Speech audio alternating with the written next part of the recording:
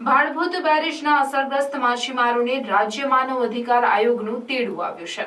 તેઓને 15મી ઓક્ટોબર સુધીમાં તેઓના પ્રશ્નોની રજૂઆત કરવા જણાવ્યું છે।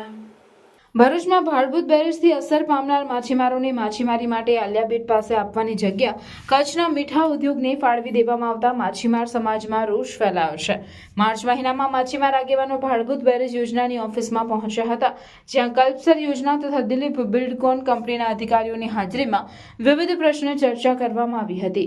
નર્મદા નદી પર બેરેજ બની જવાના કારણે દરિયામાંથી નદીમાં આવતી હિલ્સા માછલીઓ બંધ થઈ જતા 25,000 કરતાં વધારે માછીમારોની રોજગારી છીનવાઈ તેવા સંજોગો ઊભા થશે તેવી દહેશત વ્યક્ત કરાઈ હતી। જે તે સમયે સરકારે માછીમાર સમાજને આલિયાબેટ પાસે આવેલી જગ્યાની ફાળવણી કરવાની ખાતરી આપી હતી, પણ હવે આ જગ્યા માછીમારોને બદલે કચ્છની મીઠા કંપનીને ફાળવી દેવાતા માછીમારોમાં આક્રોશ જોવા મળી રહ્યો છે। માર્ચ મહિનામાં રજૂઆત કરવા ગયેલા માછીમારોએ અધિકારીઓને સામૂહિક આપઘાતની ચીમકી આપી હતી। આ સંદર્ભમાં હવે રાજ્યનું માનવ અધિકાર આયોગ સક્રિય બન્યું છે। ભાડભૂત બેરેજથી અસર પામનાર માછીમારોની રજૂઆત સાંભળવા માટે તેમને ગાંધીનગર ખાતે બોલાવાયા છે। 15મી ઓક્ટોબર સુધી તેઓ ગાંધીનગર સ્થિત રાજ્ય માનવ અધિકાર આયોગની કચેરીએ જઈને તેમના વાંધા સૂચનો રજૂ કરી શકશે।